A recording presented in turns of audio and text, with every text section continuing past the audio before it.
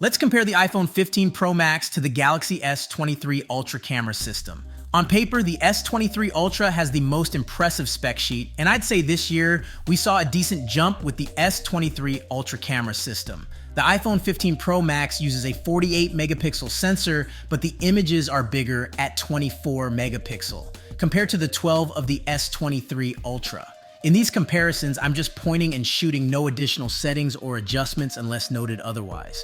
As always, these are my thoughts and you can make your own judgments. I said the iPhone is more accurate in this photo. You can see the redness in my skin because I was outside for a long time today.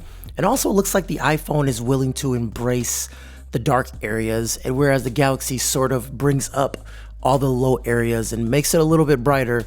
So this next shot I found very interesting. The Galaxy does a much better job at protecting the image from the sun, whereas the iPhone sort of has this sun flare kind of kicking in, and which doesn't make the shot look that great. The Galaxy does a great job at restoring the image. Now, there are many examples of this, of the photos I've taken, but this is just the best one to show you. In this image, I think the Galaxy did a better job at grabbing in all the details, where the iPhone sort of missed some details. The Galaxy really grabbed in everything and portrayed the true essence of what that tree looked like in real life. Now, no surprises here, the Galaxy is a more saturated photo and the iPhone is much more realistic in this picture. But which one looks better to you? I think I'd be posting the Galaxy on social media, to be quite honest. Now, these next few images I took in the exact same spot, and I remember looking at it after taking the photo and really comparing how it looked in real life. And, you know, Samsung really colored this photo a lot. It was sort of the evening time that was kind of popping up and things had this little orange mist to it. And the Galaxy really brightened it up, made it look a lot brighter than it really was. Whereas the iPhone grabbed that essence. But once again, the average person wouldn't know that when you post this picture somewhere or you print it out. So once again, the Galaxy makes this image a more attractive picture, but it's not the most realistic. These next few images, more of the same, exactly what I was talking about before, no surprises. And then we come to this image, and once again, you see that ray of light? Samsung finds a way to get rid of it, but the iPhone has that ray of light coming in the photo. Same thing here, saturation is bumped up on the S23, and then on the iPhone, much more subdued.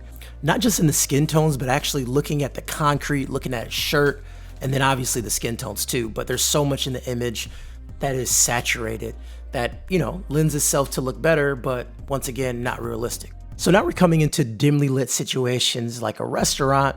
And honestly, this is where the Galaxy shines with the added saturation. It does make these images look a whole lot better. And I will pick the Galaxy on these images majority of the time. These look really good. But then we come to the bane of my existence, the front-facing camera, and the Galaxy does something crazy with my skin tone, makes it super bright.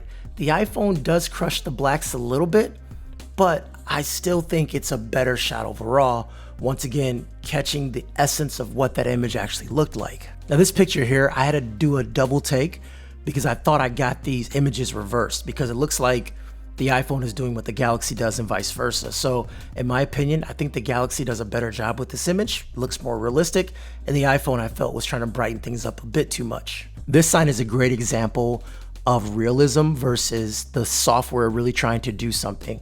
I mean, look at this sign. Which sign do you think looks more realistic? Obviously it's the iPhone. Skin tones, skin tones, skin tones. I said it a lot this video and I'll continue to say it again. I think the iPhone nailed the shot. Both of these are doing the 2x zoom and the image looks really great on the iPhone. The Galaxy, not so much, brightens it up too much. Now these next images, I'm going to pick the Galaxy. Even if the iPhone looks more realistic, I think the Galaxy just takes a better shot in these examples. This macro shot right here looks vastly different, and I don't remember how that environment looks, so it's hard to give an opinion. You know, in these three images using different zoom lenses, I felt the Galaxy did a better job with resolution and also color. Look at the blades of grass on this image. You can see that the iPhone is a bit more detailed overall, but both images at first glance look nearly identical. This is a straight up night shot and Samsung does better at night. Maybe it's that saturation getting bumped up. Whatever it is, night shots are better with Galaxy. As you could hear a few moments ago, I was losing my voice. So now we're going to be using my AI generated voice for the rest of this video. Both phones do a great job with stabilization using super steady on Galaxy and action mode on iPhone. I do feel that the image looks better on the iPhone. This next scene with Sam talking, I think the S23 was overly sharp, but overall I think it looks better for this shot. This last video is going through all 3 focal lengths on the camera, and I think the iPhone looked better between each shot.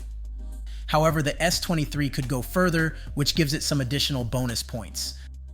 This next shot, I think the S23 looks the best.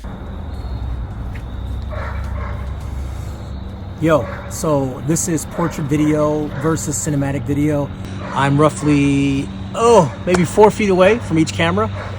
This is the iPhone's audio, iPhone 15 Pro Max's audio, and this is the S23 Ultra audio. So obviously you want to tell me which one looks better, which one sounds better. This generation, I feel that the iPhone 15 camera is better than the S23 Ultra.